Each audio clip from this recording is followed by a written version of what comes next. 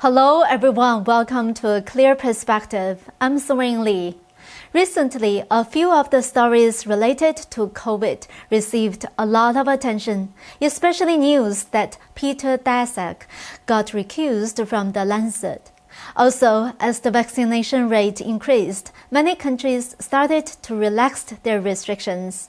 It seems that it would only be a matter of time before the pandemic would be under control. However, the truth is we are far from being optimistic. Even though the pandemic has slowed down in some places, vaccination does not solve all of the problems. We see some scenarios where the pandemic is worsening and it is becoming a rising concern. Also, Apple Daily in Hong Kong is forced to cease operations on June 24th. We know that Hong Kong has completely lost its former glow and is falling into total darkness.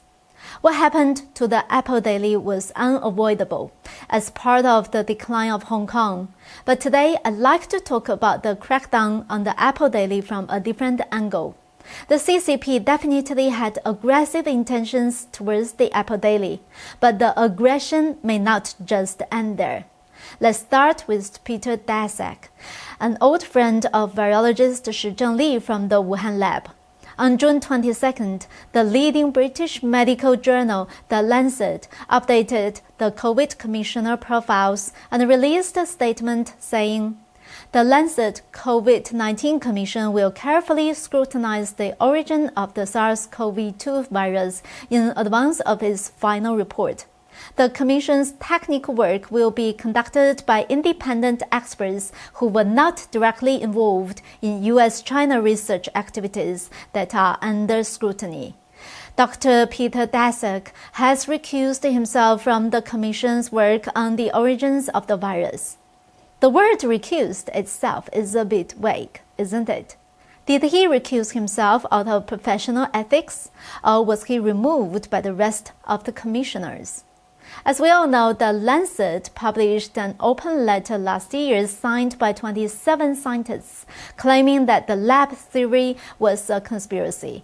However, on June 21st, The Lancet changed its view in its latest statement, saying that one of the leading virologists who signed the original letter, U.S. researcher Peter Daszak, failed to disclose competing interests as required by the International Committee of Medical Journal Editors.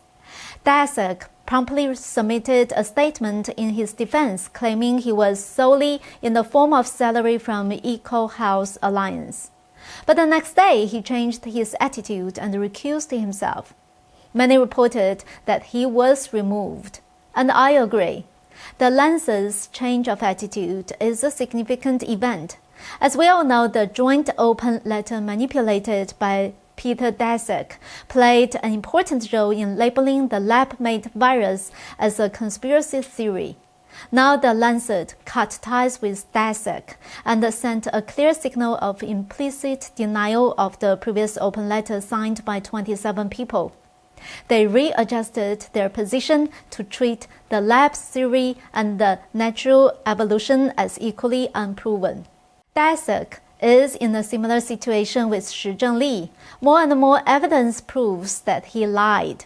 Previously, he denied that there were bats inside Wuhan Institute of Virology, but was debunked by Sky News footage which showed live bats in the Wuhan lab. He also claimed that he has never been involved in gain-of-function experiments conducted at the Wuhan lab. However, a reporter dug up a couple of tweets that Daszak published on October 2nd, 2018. In the tweets, Daszak clearly mentioned that Serene Lai and his team found a series of SARS-related coronaviruses in a bat cave in the Yunnan province of China. He tweeted, "These viruses include those able to bind with ACE2, the human cell surface receptors for SARS-CoV, and able to infect and cause illnesses in the humanized mouse SARS model." Wouldn't these types of experiments be considered gain-of-functions experiments? Daszak not only knew about the experiments but also participated in them. He should be considered the second suspect to be held responsible for the outbreak of this pandemic. The fact he joined the WHO investigation into the Wuhan lab seems like a joke. Next, let's discuss the pandemic. Now that the pandemic in the US has dramatically slowed and the restrictions have been lifted in many states, I think many people now feel like this catastrophe has finally passed and the world is returning to normal. But I think we cannot be too optimistic yet, and in my opinion, there are still some things that are worrisome. According to the British government's original three-step plan of lifting restrictions, the third step, where all restrictions will be lifted, should have been reached on June 21st, but due to the sudden rising number of infections in the UK, the government postponed Step 3 of the plan to 4 weeks later. It's worth noting that 60% of all adults in the UK have received 2 doses of the vaccine, and about 80% of the UK population have received 1 dose. The number of people vaccinated in the UK has reached the herd immunity threshold, and that means theoretically the number of new cases should not have risen as they did. So what caused the sudden upsurge in cases then? I think it is because of a new variant known as the Delta variant. The strain was first spotted in India in October 2020 and has spread to the UK. The UK also has its own variant known as the Alpha variant, which emerged in September of last year. According to researchers in the UK, the Delta strain is 40% more infectious than the Alpha variant, which is already more infectious than the original strain. According to the European Centre for Disease Prevention, 90% of all COVID-19 cases in Europe will be of the Delta variant by the end of August, and more than half of the recent deaths are due to the Delta mutation.